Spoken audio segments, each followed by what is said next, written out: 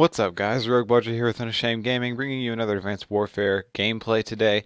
But primarily what we're going to be doing in this video is talking about Black Ops 3. Of course, the reveal trailer dropped yesterday. I'm recording this on Monday. It dropped on Sunday. You can see the class I'm using on screen in this video if you pause it right back there. It's an MP11 class. Sonny actually told me to use it. I was telling him how bored I was getting with this game. It was just even boring to win. And so he gave me this class to try out, just a different kind of a challenging class, and it definitely is more challenging than a lot of other classes that I've used. So just it's a good gameplay in my opinion of a challenging gun, and I hope you guys enjoy it.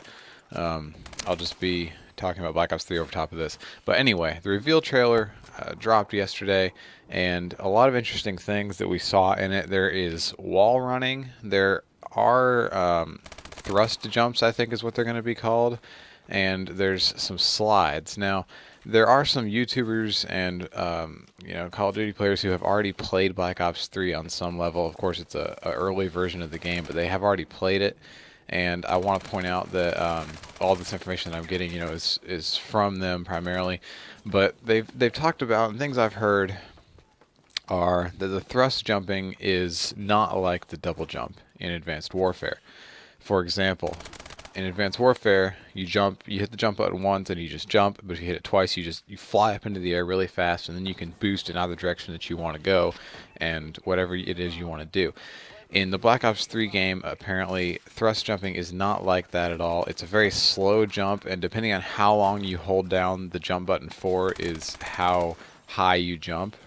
Even at its height, its maximum height, I think it's still less than the Advanced Warfare jump, the double jump. So to me, that's good news because it's slower and it's not. Everything I've heard about the movements is saying that they're not really for gunfights. They're mostly for just getting around the map. And as far as like side-to-side dashes and exo movements, those are not in Black Ops 3. It's mostly just these thrust jumps that are, of course, again slower, and then the wall running, which again is used primarily just to get around the map.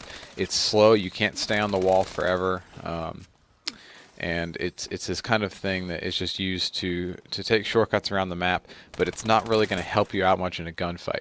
Things I've heard from people like Ali A and Drifter and things like that are that the gunfights are the classic style gunfights. It's really going to come down to who has, position and gun skill and things like that, rather than who can out exo somebody. Ali A said it that about 90% of the time it was a classical type gunfight like we're used to in previous Call of Duties before Advanced Warfare, and maybe 10% of the time somebody would get a kill because of a movement of some sort where they would like boost slide around a corner or jump. But again, jumping is slow. It's not going to be like you see in this video or other Advanced Warfare videos. It's not that kind of jump.